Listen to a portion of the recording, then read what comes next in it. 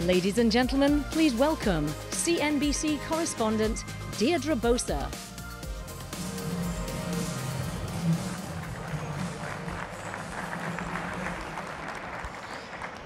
Good morning, everyone, and welcome. Now, I am delighted and honored to be welcoming Secretary of Homeland Security, Kirstjen Nielsen, to the stage. Now, she is going to come up first, and she's going to outline the department's cybersecurity priorities. But don't go away, because I will be joining her for a short discussion afterwards.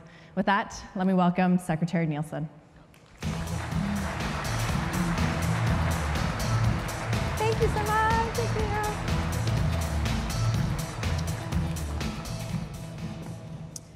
Well, good morning. It is a privilege to be here today, and I thank RSA for inviting me this year.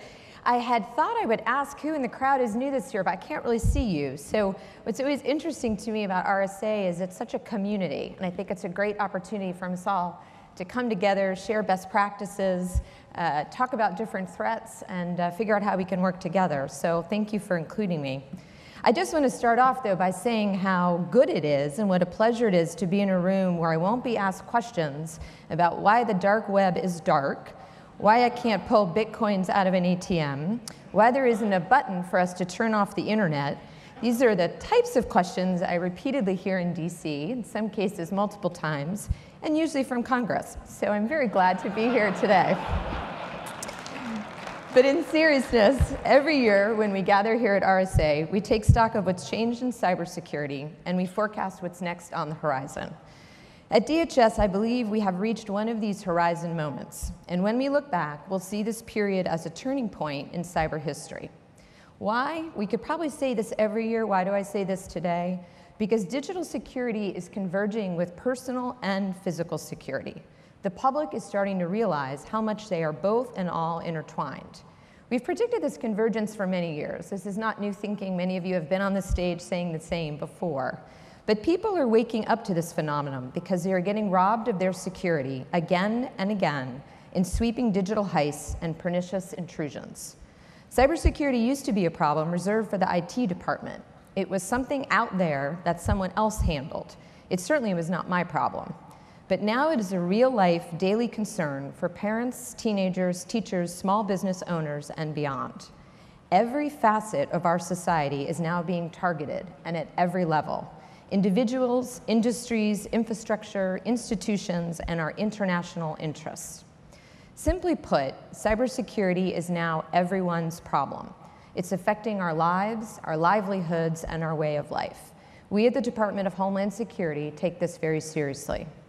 Although I'm the first to admit I could talk about this subject all day, today I will give you only my high-level perspectives on the threat landscape, and I'd also like to highlight 5 areas where perhaps we need new approaches and new thinkings to respond to this new age. First, let me be very clear. The threat picture is getting dimmer, not brighter.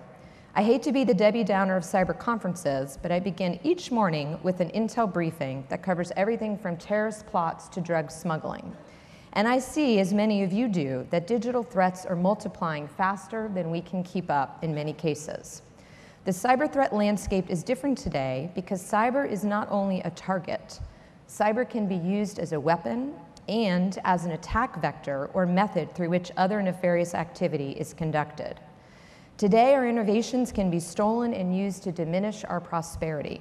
Our infrastructure can be hijacked and used to hold us hostage. And our very institutions can be compromised and used to undermine our democratic process. Last year, as you know, was the worst ever in terms of cyber attack volume. Nearly half of all Americans had sensitive personal information exposed online. But that wasn't the total for 2017. That resulted from one single breach when cybercriminals hacked the Equifax Credit Bureau. In the same period, WannaCry ransomware spread to more than 150 countries, paralyzing industries from healthcare to hospitality. And the NotPetya attack wreaked havoc, creating one of the costliest cyber incidents in modern history. By 2021, cybercrime damage alone is expected to hit $6 trillion annually. To put that in perspective, that's almost 10% of the world economy. Making matters worse, the proliferation of internet-connected devices, we've moved from the Internet of Things to the Internet of Everything. It makes our lives easier, and in some cases more fun, but it has also made it easier to attack us. If the past year showed us anything, it's that our cyber enemies are bolder, more brazen, and savvier than ever before. This goes for nation states in particular, and I'd like to spend a minute here. Several years ago, a cyber intrusion by a foreign rival might look similar to a sloppy home break-in. You knew you'd been hit because the window was broken, there were boot marks in the hallway, and your favorite electronics were missing. Today, our adversaries are getting more sophisticated and sinister. The door is still locked when you get home, everything looks normal, but in reality, the intruder has already been inside for hours, and in some cases will remain in hiding, waiting to steal or to harm. Your confidence in the security of your home and the sanctity of your home has forever been affected. Our response to the evolving threat environment is complicated by the fact that different actors have different objectives. There is no one-size-fits-all approach. Some foreign governments want to siphon away our classified information to outmaneuver us or to weaken our defenses.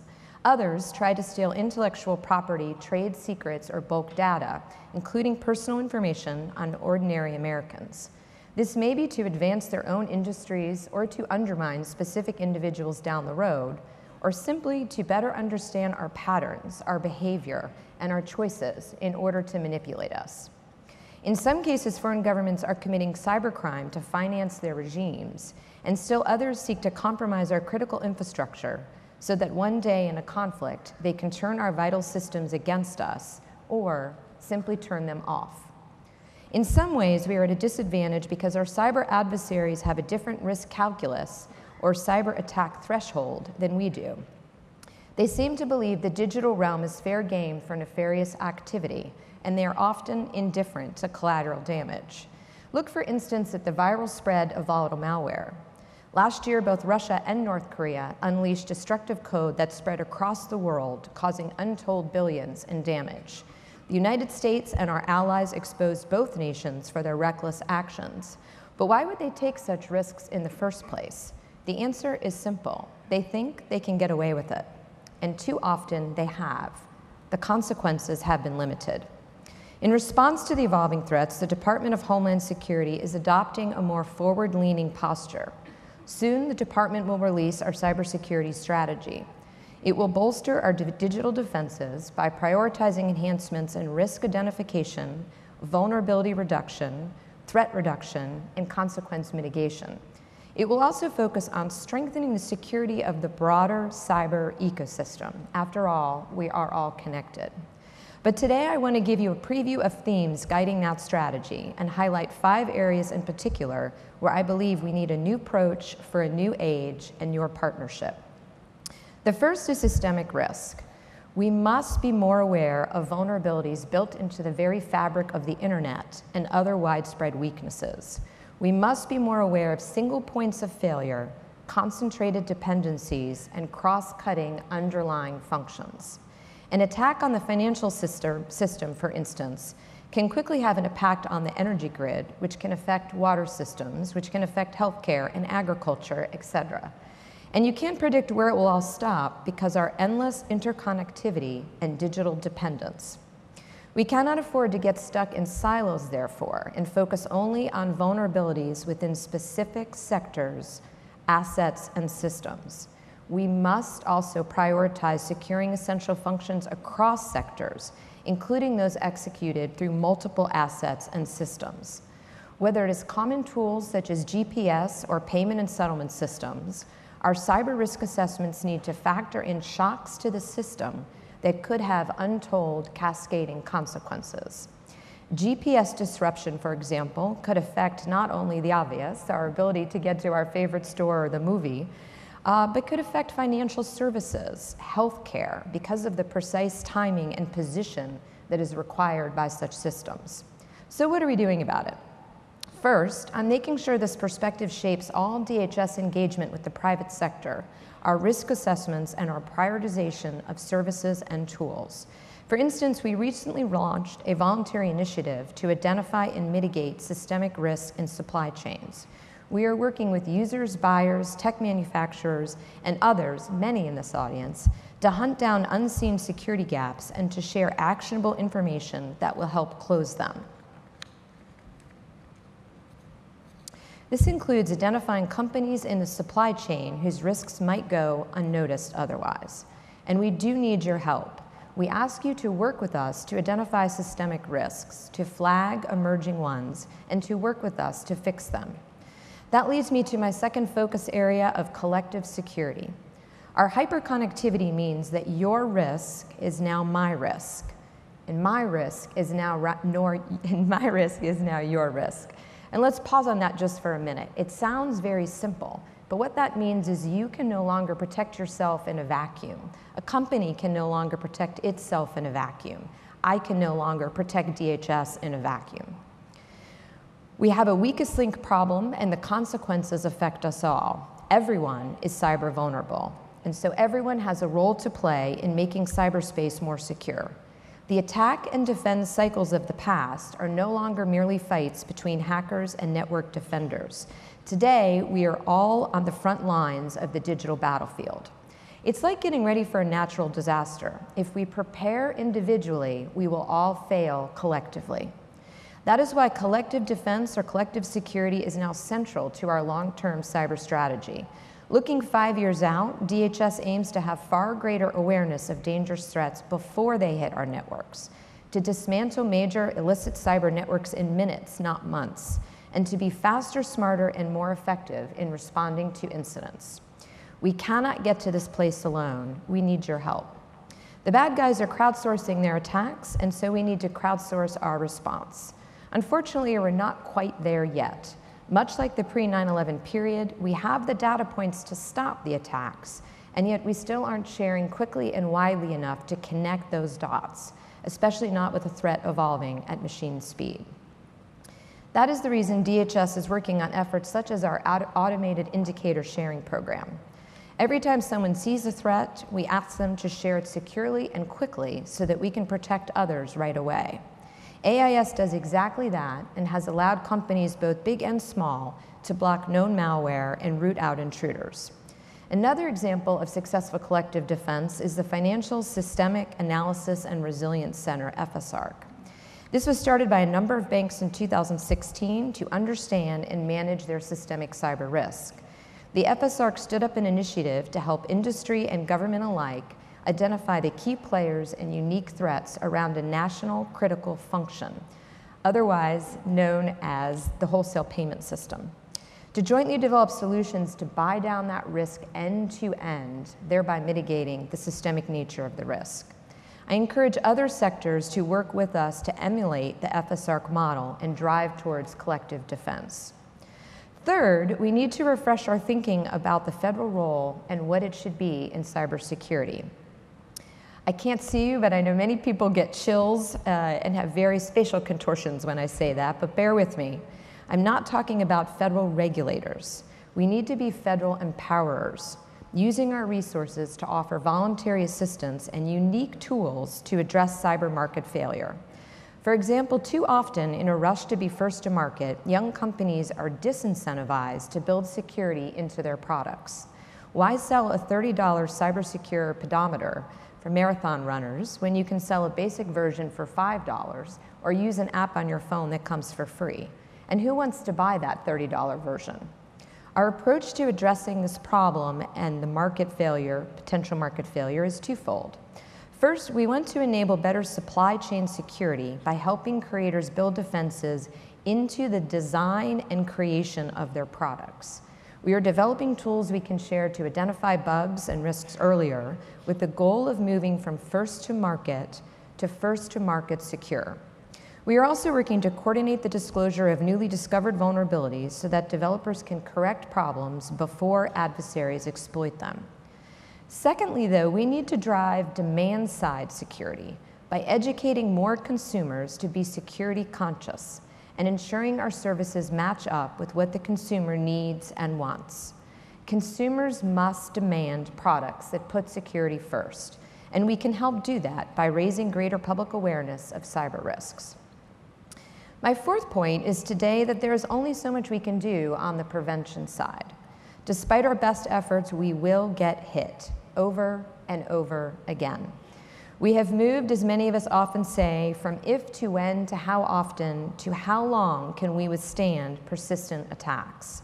So in an era of advanced persistent threats, we need to urgently focus on something I have called advanced persistence resilience.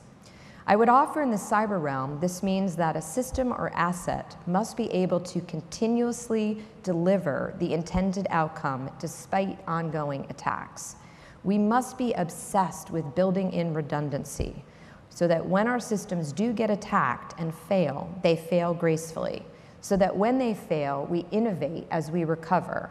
We not only bounce back, but we bounce forward. Systems should be designed so that parts can function offline, unplugged, without a requirement to take down the entire system or network. The recent cyber attack on the city of Atlanta and other major cities are cautionary tales. Without built-in redundancies, critical systems went dark and public services slowed to a halt. Today, the pressing need for resilience is highlighted by the issue of election integrity. And I frankly would be remiss if I didn't pause here to mention it. 2 years ago, the Russian government launched a brazen, multifaceted influence campaign aimed at undermining our public faith in our democratic process generally, and our elections more specifically. That campaign involved cyber espionage, public disclosure of stolen data, cyber intrusions into state and local voter registration systems, online propaganda, and more. We cannot let it happen again. That is why DHS has adopted an aggressive posture for helping to defend our election infrastructure, our part of the responsibility in ensuring that the elections have integrity. We've been working with state, local, and private sector partners to offer voluntary assistance, including cyber hygiene scans and vulnerability assessments, to better protect critical election-related infrastructure. We've been promoting best practices to make sure that even if there are incidents, our election infrastructure has built-in redundancies. And we have been advancing new efforts alongside interagency partners to counter the efforts of foreign adversaries to sow discord in our democracy. The President has been clear, and DHS and our interagency partners have been clear. We will not allow any foreign adversary to change the outcome of our elections. Every American must have confidence in the integrity of the system and that their votes are counted and counted correctly. So this leads me to my fifth and final subject, cyber deterrence. If we really want to stop bad behavior, we have to deter it. That's not new. What's new is that our digital lives and our very way of being now depend on it. The threats are so severe that if we don't start identifying and punishing our assailants, they will overtake us. And the cost of interconnectivity will start to outweigh the many benefits. So as Secretary of Homeland Security, I'm working with my counterparts in the President's cabinet to fight back. And I have a newsflash for Americans' adversaries. Complacency is being replaced by consequences. We will not stand on the sidelines while our networks are compromised. We will not abide the theft of our data, our innovation, and our resources. And we will not tolerate cyber meddling aimed at the heart of our democracy. The United States, as you know, possesses a full spectrum of response options, both seen and unseen, and we will use them to call out malign behavior, punish it, and deter future cyber hostility. In today's hyper-connected world, cybersecurity is national security. Our cyber defenses help guard our very democracy and all that we hold near. So those who would try to attack our democracy to affect our elections, to affect the elections of our allies, or to undermine our national sovereignty, I have a simple word of warning: don't. My appeal to those of you in this room is to work together and to work with us. You hear that all the time from this stage, I know, but I mean it. Tell us what you need from DHS. Flag the risks and threats that you are seeing. Flag the patterns and trends. Work with us collectively to block digital enemies and innovate with us to stay ahead of the threat. We need to harness the energy of the people in this room to evangelize the idea that security is a core business function and it's a competitive advantage. Your commercial efforts towards network security are also a public service towards national security, and I thank you for your partnership. So please think about how you can take back that mentality to your workplace following this conference. In the meantime, DHS will continue to work with you so that we can collectively raise our shields without lowering our standards and without lowering our innovation. We don't need to close ourselves off from the world in order to protect our networks, and we should not have to dial back our innovation. Together, we will forge a path that will give Americans and all those who share our interests greater confidence in their digital security. I truly look forward to working with each and one of you, and I thank you for the opportunity today. Thank you.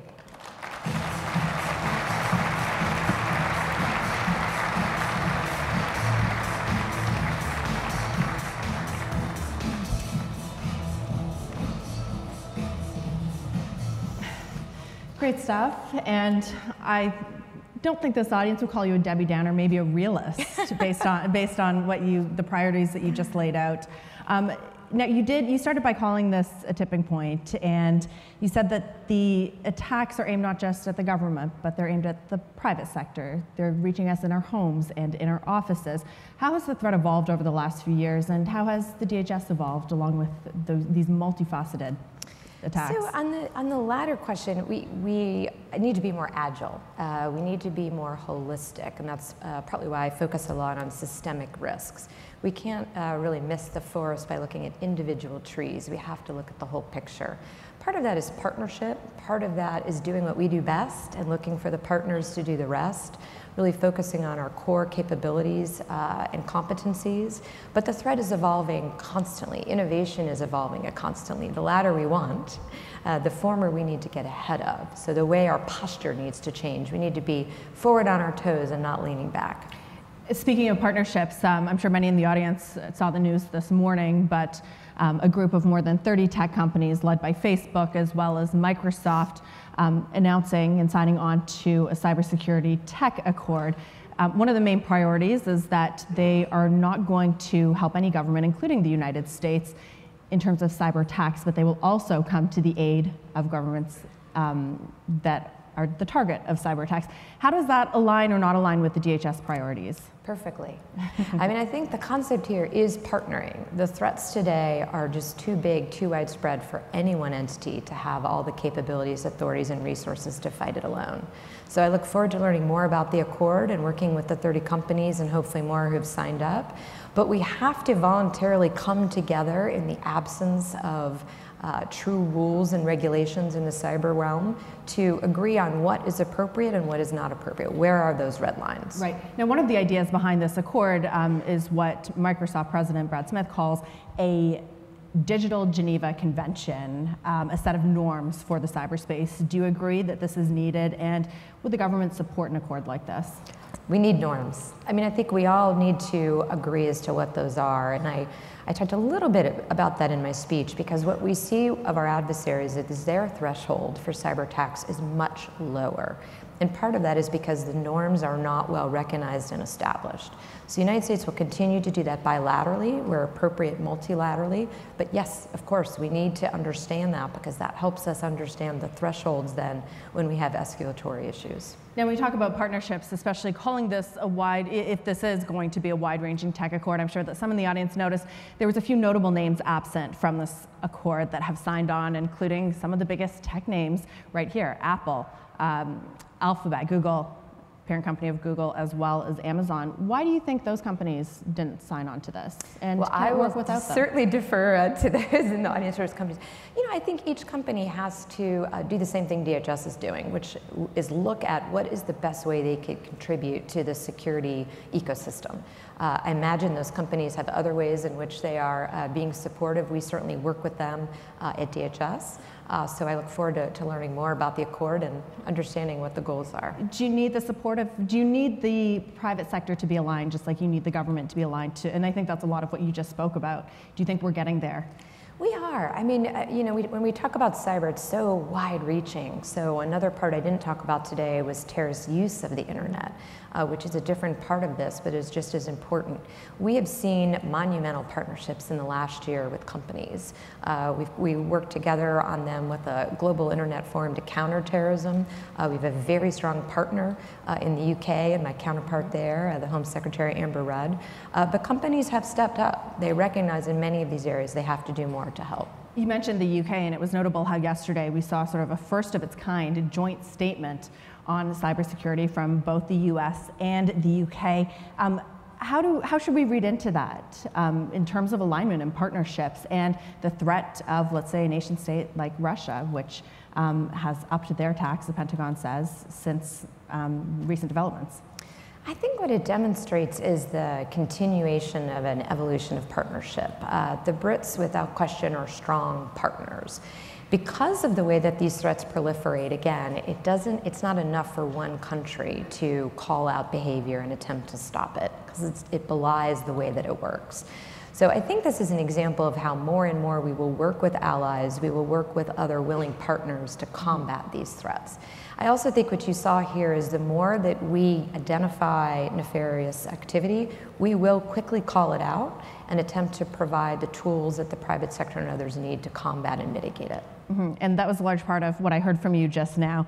You said that if we don't start punishing our assailants, they will overtake us, taking a more proactive approach. And it was notable how Theresa May, Prime Minister Theresa May, in the UK, didn't rule out the idea of cyber attacks emanating from Britain.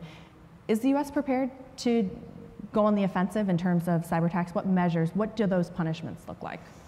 I think the best way to answer that is to get a bit wonky for a second, and just to say that this concept of hack back has so many different dimensions to it, and it's not one particular action. There are many things that we can do in the realm that some call proactive defense, for example, to prepare our systems to prevent the intrusion of nefarious activity or traffic. I myself would not call that hack back, right? But we are doing something in the cyber realm. So I think the question really means we need to get to a point where we agree on terms.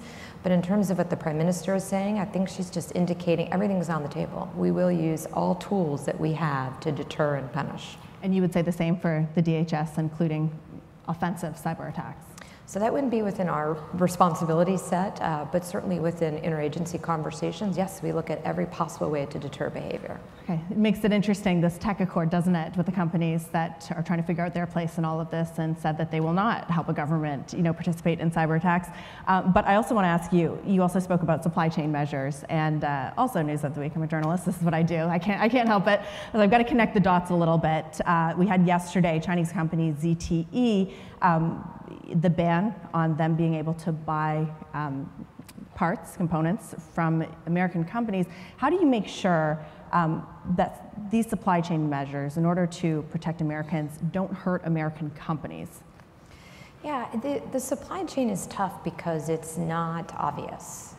In other words, when you purchase something, pick an average person, not those in this room, but an average person, you have no concept of what you are purchasing in terms of hardware or software. I mean, we're even seeing attacks emanating now from the firmware level.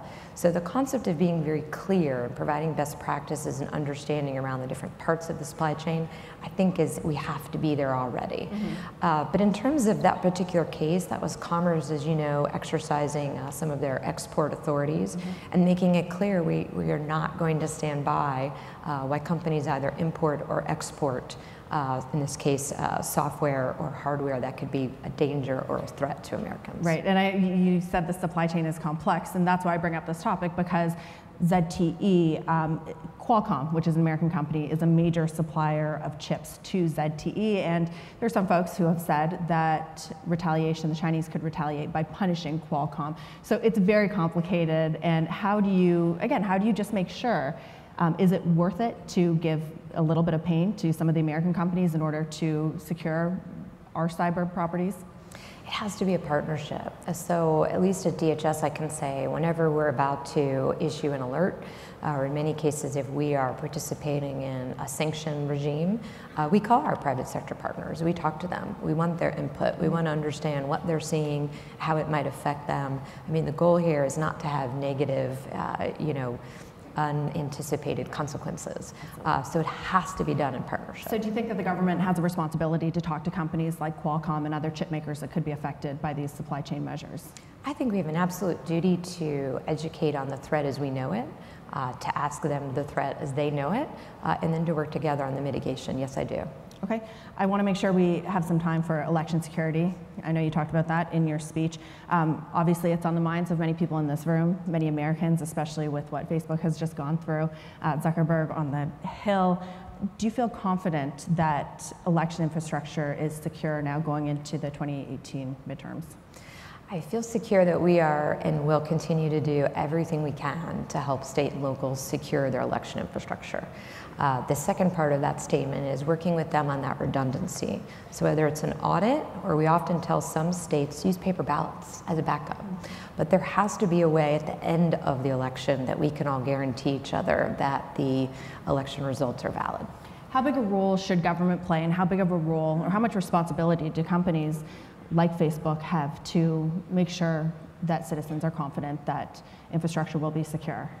Yeah, so there's kind of a few things. I mean, the way I think of it, there's a few topics that get conflated in the whole concept of election integrity. So at DHS, we work with state and locals to help support their securing. I mean, it's their primary responsibilities under our Constitution, the way that we divide out division of labor.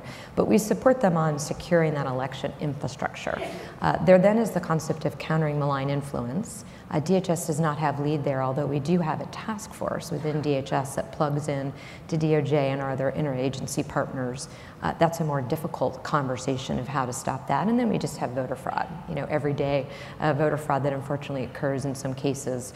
We also don't have a lead there, but we should all be very aware in trying to prevent that. Right. So you're confident that we won't have the same sort of issues as we had in 2016 going in? I'm confident that people are more aware. I'm confident that the average voter is now asking the appropriate questions of their state and local governments. What are you doing to protect my vote and make sure that it's voted correctly? I'm very confident that the President and I are both committed to ensuring that we do all we can do to prevent any meddling in the election.